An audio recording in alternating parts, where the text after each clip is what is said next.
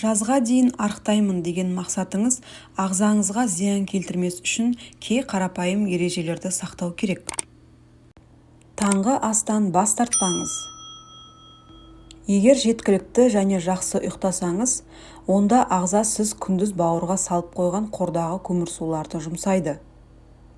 Егер оның орнын таңертең емес, кешке толықтырсаңыз, онда қор майға кетеді.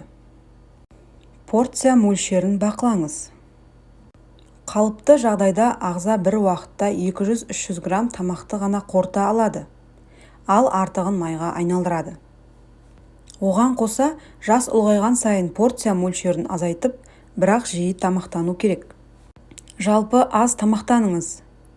Физикалық еңбектенесіз, спортпен шұғылданасыз, бірақ сонда да арықтамайсыз ба? Күнде жейтін тамақтарыңыздың калориясын есептеп көріңіз. Сол жерден артық бірдеңе табуыңыз мүмкін.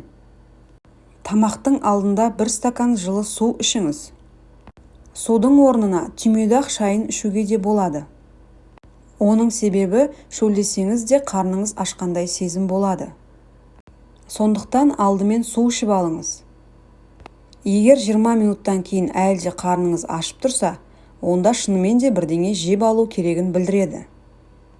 Егер тәттіні қатты қаласаңыз, жеңіз. Бірақ тәттіні күннің бірінші жартысында және аз ғана жеңіз. Оны ертеңгісін жеген жөн. Бұл кезде алған энергияны пайдалану мүмкіндігі көбірек. Қатты тәтті қалаған кезде үйде дайындалған жемістер қосылған бәліш немесе ащы шоколад жеуге болады. Майсыздандырылған өнімдерден бас тартыңыз. Майды жеуге болады және жеу керек.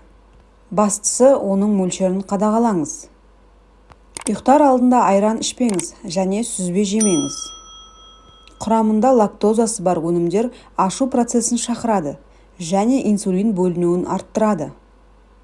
Инсулин бөлінуінің артуы ішке майдың жиналуына әкеледі.